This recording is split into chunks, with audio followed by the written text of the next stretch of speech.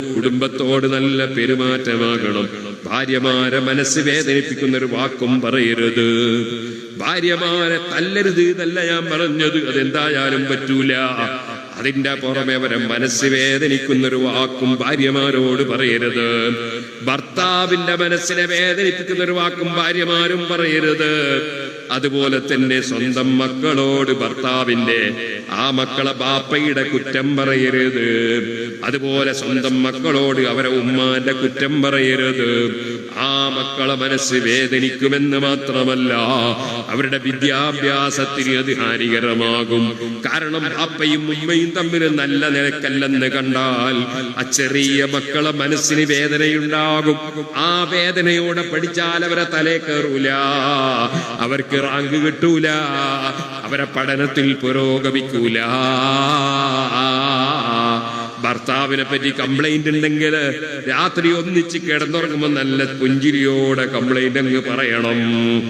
അതുപോലെ തന്നെ ഭാര്യയെ കുറിച്ച് കംപ്ലൈന്റ് ഉണ്ടെങ്കിൽ സന്തോഷം പങ്കിടുന്ന സമയത്ത് കുറച്ച് നേരത്തെയോ ശേഷമോ പറയണം, അല്ലാതെ മറ്റൊരാളോട് പറയരുത്. നമ്മളെപ്പോഴും ഏത് വിഷയത്തിന്റെയും പരിഹാരമാണ് ആലോചിക്കേണ്ടത്. അതുപോലെ തന്നെ ഞാൻ പറയട്ടെ, വെറുതെ ടെൻഷൻ അടിക്കാൻ പോകരുത്. ഇന്നലെ ഒരു സ്ത്രീ വിളിച്ചിട്ടുണ്ട്, എനിക്ക് വല്ലാതെ ടെൻഷൻ ആവുന്നു. എന്തിന്? ആ സ്ത്രീ ഒരു തെറ്റ് ചെയ്തു. തെറ്റ് പറഞ്ഞാൽ വലിയ തെറ്റ്, വിചാര കുറ്റമൊന്നുമല്ല.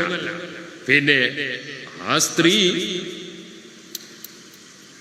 ഒരു വാചകം എഴുതി കൊടുത്തപ്പോ ആ വാചകത്തിന്റെ അക്ഷരം എഴുതി തെറ്റിപ്പോയി. അല്ലാത്ത വലിയ സബുൽ മൂവി കാത്തിപ്പെട്ടതൊക്കെ അക്ഷരം എഴുതി തെറ്റി.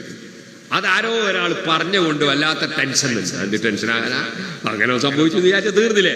അതൊരു വലിയ വിഷയമാക്കി കണ്ടാലോ ടെൻഷൻ ഉണ്ടോ തീരുന്നു. ഞാൻ ഇന്നലെ ഒരു പ്രധാനപ്പെട്ട ഒരു സയ്യിദിനെ ഫോൺ ചെയ്തു, വേറൊരു വിഷയം പറയാൻ വേണ്ടിയാ ഫോൺ ചെയ്തു. ആ മൂപ്പർ എന്നോട് പറഞ്ഞൊരു കുറെ വയസ്സുള്ള ഒരാൾ 50 കൊല്ലമായിട്ട് ഒരു സ്ഥലത്ത് അദ്ദേഹം ജോലി എടുക്കുന്നുണ്ട്. ഞാൻ അദ്ദേഹത്തെ കാണുമ്പോൾ തന്നെ അദ്ദേഹത്തിന്റെ താടിയൊക്കെ നനച്ചിട്ടാണ്. ഞാൻ മനസ്സിലാക്കുന്നത് അദ്ദേഹത്തിന് ഏകദേശം 85-90 വയസ്സുണ്ടാവും എനിക്ക് തോന്നുന്നു. അല്ലെ ചിലപ്പോൾ അതിനേക്കാളും. മൂപ്പർക്ക് ഭയങ്കര ടെൻഷൻ. എന്താ ടെൻഷൻ അറിയോ? അയാൾക്ക് ശമ്പളം വർദ്ധിപ്പിക്കുന്നില്ല. സുബൈ പണ്ടങ്ങാർ റിട്ടയർ ആയിട്ടതാണ്. എന്നിട്ടോ ഇപ്പോഴും ശമ്പളം കൊടുത്തോണ്ടിരിക്കുന്നുണ്ട് എന്നുള്ള എല്ലാം കാണുന്നത്. പിന്നെ കിട്ടുന്ന ശമ്പളം വർദ്ധിപ്പിക്കുന്നില്ല. ഇപ്പോഴത്തെ കാലത്ത് ഒരു ഓഫീസിൽ നിർത്തുന്ന കുട്ടികൾക്ക് കമ്പ്യൂട്ടർ അറിയണം, ഇംഗ്ലീഷ് അറിയണം, ഭാഷ അറിയണം. ഇതൊന്നും ഇല്ലാത്ത ആള് ഓഫീസിൽ നിർത്തിയിട്ട് എന്ത് ചെയ്യാനോ ഒന്നും ചെയ്യാനോ ആടോ വന്ന് ഇരുന്നിങ്ങനെ പോകാതല്ലാതെ അയാൾക്ക് ശമ്പളം കൂട്ടിയില്ല എന്ന് പറഞ്ഞാൽ പിന്നെ അയാളെ പിരിച്ചുവിടലുണ്ടാവില്ല, കിട്ടുന്നുണ്ടാവില്ല. അപ്പൊ ചിന്തിക്കാൻ കഴിയും. വെറുതെ ടെൻഷനായിരുന്നു ഞാൻ പറഞ്ഞേ. ഓരോരുത്തരും അവനവനെ പറ്റി നല്ല ബോധം വേണം. വെറുതെ ടെൻഷനാകാൻ തന്നെ പറ്റും. ടെൻഷൻ വെറുതെ ടെൻഷൻ അടിക്കേണ്ട ആ ഒരു ആവശ്യമില്ല. അള്ളാഹു നമുക്ക് നിശ്ചയിച്ചൊക്കെ നമുക്ക് കിട്ടും. അള്ളാഹ് നിശ്ചയിക്കാത്ത ഒന്നും കിട്ടൂല. വൽ ഖദരി ഖൈരിഹി വശരിഹി മിനല്ലാഹ്. അത് വിശ്വസിച്ചാൽ പിന്നെ ടെൻഷനാ. അഥവാ ഞാൻ പറയട്ടെ, വല്ല ടെൻഷനും ഉണ്ടെങ്കിൽ എപ്പോഴും ചൊല്ലാൻ നല്ല ദിക്ർ, ലാ ഹൗല വലാ ഖുവത ഇല്ലാ ബില്ലാഹ്. 99 രോഗങ്ങൾക്ക് മരുന്നാണ്. അതിലേറ്റവും ചെറിയ രോഗം ടെൻഷനാണ്. ധാരാളം ചൊല്ലൽ, ലാ ഹൗല വലാ ഖുവത ഇല്ലാ ബില്ലാഹ്. ഓ സുഹൃത്തുക്കളെ, വെറുതെ ടെൻഷൻ അടിക്കരുത്. അതുപോലെ തന്നെ അനാവശ്യം സംസാരിക്കരുത്, അനാവശ്യം പറയരുത്, കളവ് പറയരുത്, ചീത്ത വിളിക്കരുത്, ഏഷണി പറയരുത്, ഭീഷണിപ്പെടുത്തരുത്, വാക്ക് ലംഘിക്കരുത്. മുഅ്മിനായ മനുഷ്യന്റെ പ്രത്യേകതകൾ നമ്മുടെ ജീവിതത്തിൽ പ്രകടമാകണം. മുനാഫിക്കിന്റെ പ്രത്യേകതകളല്ല നമുക്കുണ്ടാകേണ്ടത്. കപടവിശ്വാസിയുടെ പ്രത്യേകതകളല്ല നമുക്കുണ്ടാകേണ്ടത്. പറയുന്നത് സത്യമായിരിക്കണം, ശരിയായിരിക്കണം, ശരിയല്ലാത്തത് പറയരുത്.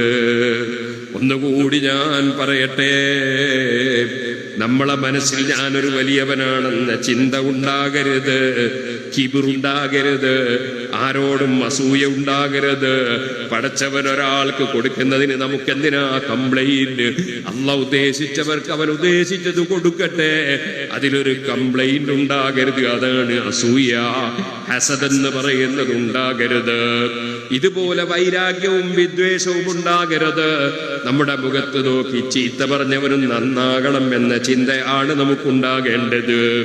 നമ്മളെ കുറ്റം പറഞ്ഞവനാണെങ്കിലും തെറി പറഞ്ഞവനാണെങ്കിലും കല്ലെറിഞ്ഞവനാണെങ്കിലും അവരെല്ലാം നന്നായി കാണണം എന്ന വിശാലമായ മനസ്സാണ് നമുക്കുണ്ടാകേണ്ടത്.